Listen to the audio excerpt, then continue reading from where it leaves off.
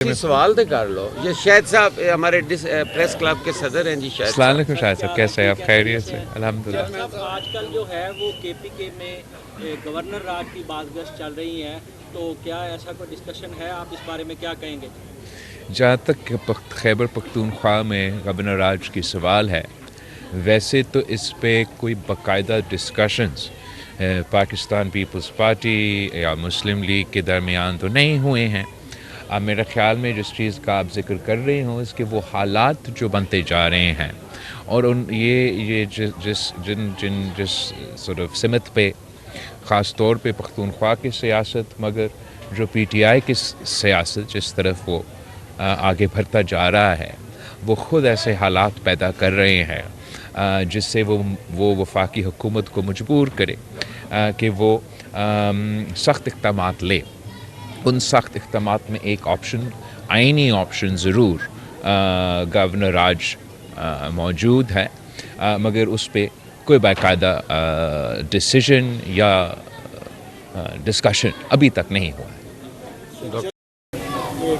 جو بولا جا رہا ہے، آپ کیا سمجھتے ہیں کس وجہ سے پاکستان پیپلز پارٹی کی؟ جی، یہ ایک تاریخی فیصلہ ضرور ہے، اور جنرل فیض صاحب کو 14 سال سزا آج ملا ہے مختلف جرائم کے مطابق. جہاں تک مجھے اندازہ ہے شاید مزید تحقیقات اور انویسٹیگیشنز یا ٹرائلز ہونے ہیں. میرے سیاسی زندگی میں دو ایسے لوگ تھے جو میں نے خود اپنے آنکھوں سے دیکھا ہے، جو اپنے وقت کے فرعون تھے، اور میں سمجھتا ہوں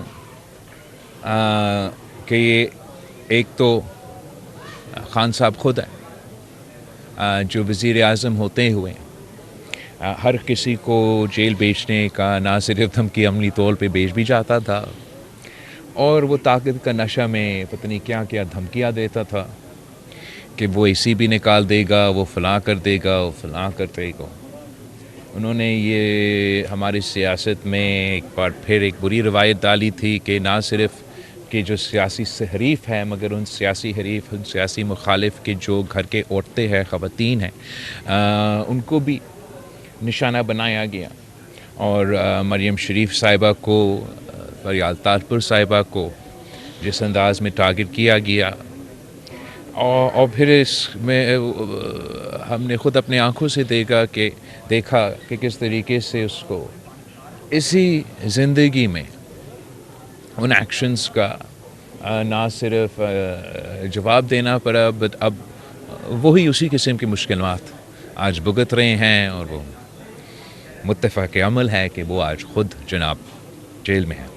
اس کے ساتھ ساتھ ایک یہ جنرل فیض صاحب تھا، جو اپنے طاقت کے نشے میں نہ کسی سیاستدان کو، نہ کسی میڈیا ہاؤس کو، نہ کسی ہماری سوسائٹی میں اس نے اپنے عہد کے خلاف ورزی، اپنے کام کے خلاف ورزی کرتے ہوئے پتہ نہیں کیا کیا کیا.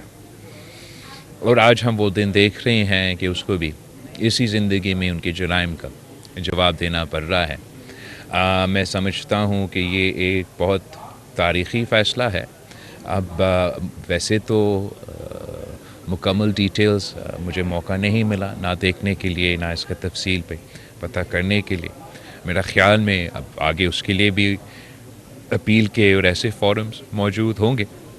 اپنے طور پہ تاریخی فیصلہ ہے، اور میں سمجھتا ہوں کہ سب کو توبہ بھی کرنا چاہیے اور اپنا زندگی کو ایسے گزارنا چاہیے، خاص طور پہ وہ لوگ جن کو کسی نہ کسی وجہ سے اللہ تعالیٰ کبھی آپ کو کوئی موقع دیتا ہے، اختیار دیتا ہے، ذمہ داری دیتا ہے، تو اس ذمہ داری کو آپ کو صحیح انداز میں اس پہ عمل درآمد کرنا چاہیے. سر، اس سے جڑا ہوا ایک سوال ہے، ماضی میں لیفٹیننٹ جنرل شجاع پاشا اور ظہیر الاسلام پر بھی اسی طرح کے الزامات تھے کہ وہ پولیٹیکل انجینئرنگ کرتے ہیں، سیاسی سرگرمیوں میں ملوث ہیں.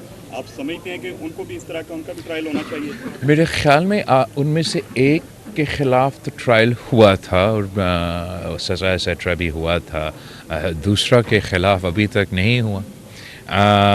میں کسی انڈیویجول کے بارے میں یا کسی اسپیسیفک کیس کے بارے میں تبصرہ نہیں کرنا چاہوں گا، مگر میں سمجھتا ہوں کہ آج کا فیصلہ تاریخی ہے اور وہ ضرور ایسے راستے کھولیں گے. ایک تو ایک واضح پیغام بھیجیں گے کہ جس قسم کی مداخلت جس قسم کی غیر ذمہ دارانہ کام جنرل فیض صاحب کر رہے تھے، امید یہ ہے اس فیصلے سے، اور اگر اس فیصلے سے پہ عمل درآمد ہوتا ہے کہ آگے جا کے ایک ایسا پیغام ہوگا کہ اس قسم کے غلطیاں مزید نہ کیا جائے. سر 27ویں ترمیم میں NFC ایوارڈ کو آپ شکایت کو آپ نے نکلوائی ہے، اب دوبارہ بازگشت ہو رہی ہے کہ 28ویں ترمیم آ رہی ہے اور 28ویں ترمیم میں نئے صوبے اور یہ NFC ایوارڈ کو دوبارہ کہا جا رہا ہے کہ آ رہے ہیں. اگر یہ 28ویں ترمیم آتی ہے اور دونوں چیزیں آتی ہیں، کیا آپ حمایت کریں گے؟ جہاں تک 27th امینڈمنٹ کی بات ہے، پاکستان پیپلز پارٹی سمجھتی ہیں کہ اس میں ہمارے لیے تو سب سے بڑا کامیابی یہ تھا کہ ہم نے جو چارٹر آف ڈیموکریسی میں وعدہ کیا تھا شہید محترمہ بینظیر بھٹو اور نواز شریف صاحب کی دستخط کے مطابق کہ ہم آئینی عدالت بنائیں گے، وہ آئینی عدالت بھی ہم نے بنایا. اس آئینی عدالت کو تمام صوبے کے برابر کا نمائندگی جو پاکستان پیپلز پارٹی کی بہت ہی پرانی مطالبہ تھا، اس کو بھی یقینی طور پہ عملی طور پہ ہم نے 27ویں ترمیم کے مطابق یہ آئینی عدالت کو تمام صوبوں کو برابری کا نمائندگی. اور یہ بھی ایک فخر کی بات ہے کہ جب سے سب سے پہلے جو اس آئینی عدالت کا سربراہ ہے، جو کانسٹیٹیوشنل کورٹ کا چیف جسٹس ہے، جنوبی پنجاب سے تعلق رکھتا ہے.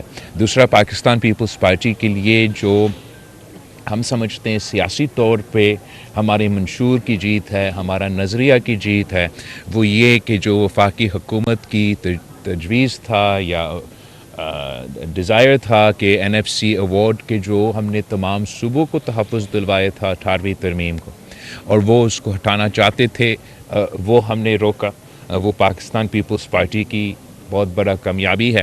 میں سمجھتا ہوں کہ اگر وہ شرط جو صوبوں کو مالی مسائل کو آئینی طور پہ تحفظ دلواتا ہے، اگر وہ شرط مٹایا جاتا تو اس کا سب سے بڑا نقصان صوبہ پنجاب کو ہوتا، اور ہم نے وہ 27th امینڈمنٹ کے دور میں جو ان کا کوشش تھا وہ روک پایا. جہاں تک 28th امینڈمنٹ کی بات ہے، وفاقی حکومت نے ہم سے انگیج نہیں کیا ہے، نہ کسی نیا صوبہ بنانے میں. ضرور جہاں تک معاشی سپیس ہے وفاقی حکومت کے لیے، اور جو وفاقی حکومت کا معاشی مشکلات ہے، حکومت کو ہمیں اپروچ کرنے کی ضرورت اس انداز میں نہیں ہے. ہم سب کو پتہ ہے کہ وفاقی حکومت کا مشکلات ہے، مگر وہ وفاقی حکومت کا مشکلات کا ذمہ دار نہ لاہور کے عوام ہیں، نہ ملتان کے عوام ہیں، نہ چنیوٹ کے عوام ہیں، نہ کراچی کے عوام ہیں، نہ لاڑکانہ کے عوام ہیں، نہ قبائلی علاقوں کے عوام ہیں، نہ پشاور کے عوام ہیں، نہ سبی کا عوام ہے، نہ گوادر کا عوام ہے.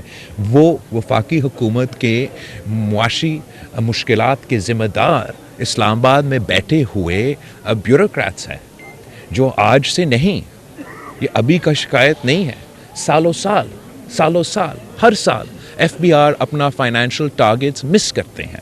تو یہ سوچ کہ FBR کی کمزوریاں، FBR کی غلطیاں کا بوجھ لاہور کے عوام کو اٹھانا چاہیے یا کسی اور صوبے کے عوام کو اٹھانا چاہیے، اس کا بالکل پاکستان پیپلز پارٹی مخالفت کر رہی ہے اور کرتی رہیں گی. مگر ہم چاہتے ہیں، ہم سمجھتے ہیں بطور محب وطن پاکستانی، بطور ایک وفاق پرست سیاسی جماعت، کہ ہمیں سب مل کے کوشش کرنا چاہیے کہ ہم وفاق کی جو مشکلات ہیں ان کو دور کیا جائے. اس کے لیے پاکستان پیپلز پارٹی کے چند تجویز ہیں، اور اپروپریٹ فورم پہ جیسے NFC ایوارڈ کے فورمز پہ اور حکومت کے ساتھ جو گفتگو ہوتے اس کے تھرو ہم اپنے تجویز دینا چاہیں گے، جس سے ہم سمجھتے ہیں کہ ہم صوبے کے اختیارات کم کیے بغیر، صوبے کے مالی ذمہ داریاں کم کیے بغیر، ہم سب مل کے وفاق کی یہ معاشی مشکلات دور کر سکتے ہیں، اور اس پہ انشاءاللہ تعالی پاکستان پیپلز پارٹی کام کرتی رہے گی. سوری کوئی فورن ڈائریکٹ انویسٹمنٹ پاکستان میں نہیں آئی، جبکہ ہم پرائم منسٹر کی ہر دوسری اسپیچ میں یہ سنتے ہیں کہ پاکستان کی معیشت جو ہے وہ ٹیک آف کرنے والی ہے، لیکن ایسا ہو نہیں پا رہا. پاکستان کے عوام آپ کی جگہ جگہ گئے دیکھ رہا ہے کہ اس قدر مشکلات کا شکار ہے. کب ایسا پاسبل ہوگا کہ پاکستان یہ معاشی اس وقت چل رہی ہے اس سے باہر نکل سکے گا اور ہماری جو ایکسپورٹس ہیں وہ کچھ بہتر ہوگی تاکہ عام لوگ جو ہیں ان کی کچھ زندگی بہتر ہو؟ جہاں تک معاشی صورتحال ہیں، عوام کے پاس معاشی مشکلات تو موجود ضرور ہیں، مگر حکومت کی یہ موقف کہ انہوں نے ملک کو معاشی مشکلات سے نکالے ہیں یا معاشی صورتحال کو بہتر کروائے ہیں، اس میں بھی کچھ حقیقت تو ضرور ہے۔ جب پی ڈی ایم نے حکومت سنبھالا تو اس وقت ملک جو ہے وہ ڈیفالٹ ہوتا جا رہا تھا، اور جو معاشی مشکلات تب تھے، جو مہنگائی کا طوفان تب تھا، جو بے روزگاری کے مشکلات تب تھے، وہ تو عروج پہ تھے۔ اور آپ کو ہم سب کو یہ ماننا پڑے گا کہ شہباز شریف صاحب نے اور ان کی ٹیم نے معاشی پوزیشن سے ان مشکلات سے ہمیں نکالے۔